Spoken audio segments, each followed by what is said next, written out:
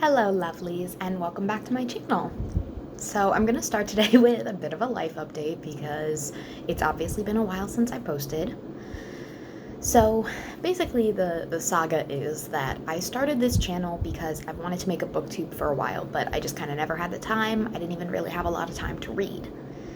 So when everything happened with the COVID-19 pandemic, my school, when I was finishing up college in the end of the year, wound up shutting down in March, so I had to move back home with my parents and do all of my classes online, which, because of the way I had built my schedule to enjoy my last time at school with friends and theater, meant I had a lot of free time while I was doing these classes at home. So I decided that it would be the time to start the channel, but I kind of didn't make as many videos as I was expecting because life kind of just took over and I wound up just reading a lot and then, forgetting to even write reviews on Goodreads, let alone make videos, and just kind of enjoying spending time with my parents. And then I made my last video for the channel and got busy for a couple weeks, and then all of a sudden I started a job and then had to move states to start my job in person. And now I work a very weird schedule where I work 12 hours a day, 2 or 3 days in a row, and then I have 2 or 3 days off, and then it kind of cycles like that. So I have time again, but it was also a really weird adjustment to make for the last couple of months since I moved in June. So I'm finally to a place where I feel like I have the time to start making videos again. So I wanted to start with some series that I really like and that I really enjoy, that I have the physical books of with me at my new home. And I hope you guys enjoy, and leave a like or a comment, subscribe if you like this, if you see it. Maybe look at my Goodreads if you want more reviews on some books that maybe I don't talk about on the channel. And with that said, we're gonna move on to my coffee and candle of the day. So I am drinking a lovely Mexican coffee today. I have this subscription service that I might have talked about in a previous video where every month I get a coffee sent to me from somewhere, a different country around the world. So this month's was Mexico, and it's a really nice coffee. I've been making iced coffee with it a lot, and it has a really nice coffee flavor without being overly strong. So I'm enjoying that. And then my candle for the day, it is already lit. It is sugared citrus, and it is a candle with notes of grapefruit, mandarin, and lemon. And it's by the company Luster and Bloom. This is a little 4-ounce one. I got it as part of a subscription service that I also have for candles. So obviously I really like subscription services, with coffee and candles both being things I subscribe to. If you wanted me to talk more about that in a future video, drop a comment below and I can give you more details about them. With that said, I'm gonna start talking about this book series, which I absolutely love this author. So I want to talk about How to Hang a Witch by Adriana Mather, and its sequel, Haunting the Deep. So obviously, as you can see, I own both of these in paperback. I love them that much. They are published by Ember Publishing, which I don't think I had ever heard of before reading these books. But I really love this series, and I really love Adriana Mather. I have also read her newer series, the November series, which is Killing November and Hunting November. And if you enjoyed this, I might talk about those in a future video. So basically, the premise of How to Hang a Witch is based in part around Adriana Mather's own lineage. And I apologize, I might say her first name differently every time throughout this video. I'm not exactly sure how she pronounces it herself. So forgive me. But she is actually descended from members of the Salem witch trials and the Titanic. So she kind of based her main character's lineage around her own.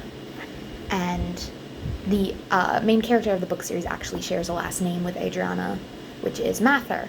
And the main character, Samantha Mather, is descended from Cotton Mather of the witch trials fame. He was not an accused witch, for those of you who don't know, but instead one of the judges who was instrumental in starting the witch panic in Salem that led to the trials. So the premise of this book is basically that Sam has just moved to Salem, Massachusetts, where she's never lived before, but her family is from. And as part of this, she's a high school student, and she kind of is meeting all these new people, but she's already kind of known within the school and within the town because of who her ancestor is. You know, Cotton Mather is a really well-known name in circles around the witch trials, and especially in the Salem area. And so it kind of gives her this reputation that precedes her. So there's this other group of girls at her school who are known as the Descendants, and they are, as the name kind of implies, descended from accused witches. And so they kind of target her in a way, not necessarily intentionally, but immediately as soon as she's at the school, it's just kind of like a shutting her out, because their families were enemies back then, so why be friends now? So she kind of has to deal with all of this, and then among this all, she's moved into this new house that is apparently a family house. She's very unclear about this. She knows it belonged to one of her grandparents, I believe. It's been a while since I read the first one. But there's a ghost. And she kind of can see this ghost and talk to him, and it's all very confusing for her because it also turns out he's a very kind, handsome ghost, but also he kind of rubs her the wrong way. So she has to go through this whole saga to figure out what is going on with the Descendants and what's going on with the ghost and why he's haunting this house, and how does she play into all of this, and how does her being descended from Cotton Mather have anything to do with all of this. And she's kind of being blamed for some things that are going on with the Descendants, and so she needs to prove that she's not the one doing it, because the other Descendants immediately are jumping at her as the problem because of who she's descended from. And it's a really fun YA take on the Salem witch trials, which I really enjoy books that center themselves somehow around Salem. One of my all-time favorite books was the Physic Book of Deliverance Dane, and its more recent sequel, which I own in physical copy. And I really loved the interweaving of how it brought the Salem witch trials into a more modern day life. And the author of Deliverance Dane has another book set in modern day Salem area, because what was Salem at the time of the witch trials is now actually a few different towns in Massachusetts, and so it's set in that region of Mass and brings Salem witch trials, magic, all of that into a modern day boarding school. So it's a theme I really like, and so when I read about How to Hang a Witch, I knew I had to read it. And I think I read this book in about a day and a half, because I was so obsessed. And I immediately went and bought the sequel and found Adriana Mather on social media, and I now follow her on Instagram and Facebook, and have obviously read her other series. So that moves me into the sequel to How to Hang a Witch, Haunting the Deep, which I was very intrigued by because How to Hang a Witch does a really good job of wrapping up the story of that book within the book, which I enjoy, because as much as I love series, I'm not one for a cliffhanger. It makes me just antsy. I like to know what's going to happen. I don't watch a lot of TV unless I can binge multiple seasons in a row for that same reason. I don't like having to finish an episode and then wait a week, or having to finish a season and then wait an entire year. That's part of why I like books, and that's part of why I like one-off books, which I haven't really talked about much on this channel because a lot of one-off books, it's a lot easier to just write a review on Goodreads, whereas series kind of need that dedication of a full-length video. So if you want to see more reviews of one-off books on here, let me know. If you like the series format, let me know about that too. So again, the sequel, Haunting the Deep. It's a continuation of the story without being built off of like a specific cliffhanger. It has its own plot, which focuses on the Titanic. So this is where Adriana kind of shifts Samantha Mather a little bit away from her, and she's not trying to say that Sam is also a descendant of the Titanic like Adriana is in real life, but just interweaving that with Sam's life and kind of interweaving it with the fact that it's known that Sam can see at least this one ghost.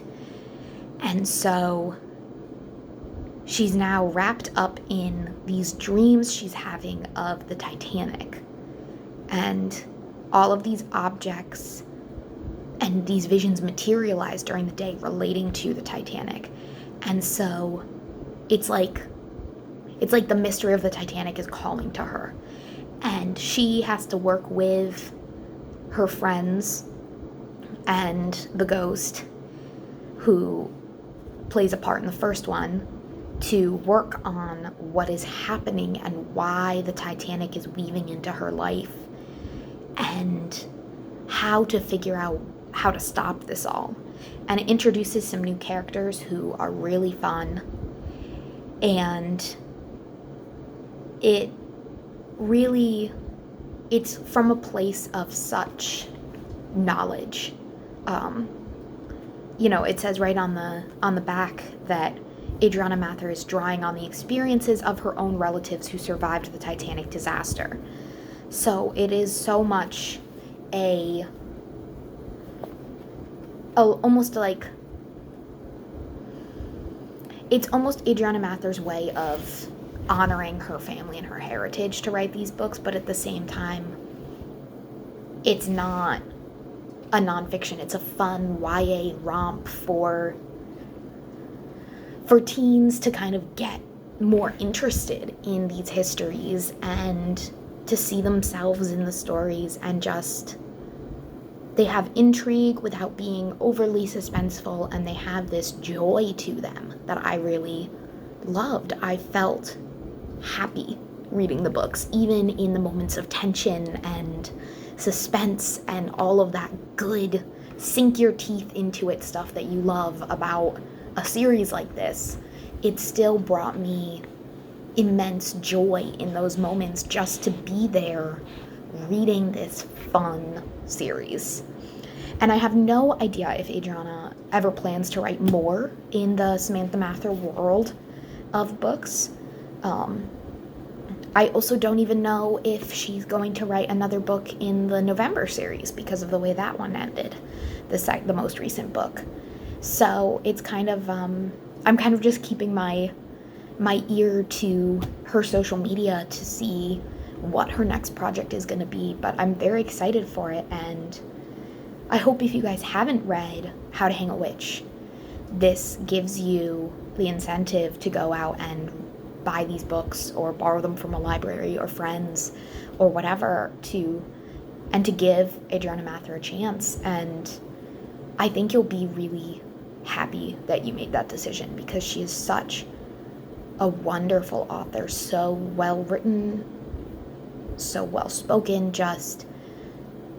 and really captures the voice of a YA novel, which I think is really funny, because I read an interview where she talked about the fact that when she was writing How to Hang a Witch, she had no plans on making it a YA. She had written it just as an adult fiction, and the publishers told her that it had more of a YA voice. And that was what made her kind of reapproach it as a young adult novel. but she has such a good grip on that voice and that feel of a YA novel. So overall, obviously, I really enjoyed these books. I think I gave both of them 4 or 5 stars on Goodreads. They are incredible. I specifically brought them with me when I moved because I know I'm going to want to reread them in the future, and that if I have friends who are interested, I will lend them to any and everyone. So yeah, I hope that you enjoyed this video, and keep an eye out for more coming soon. All right, bye.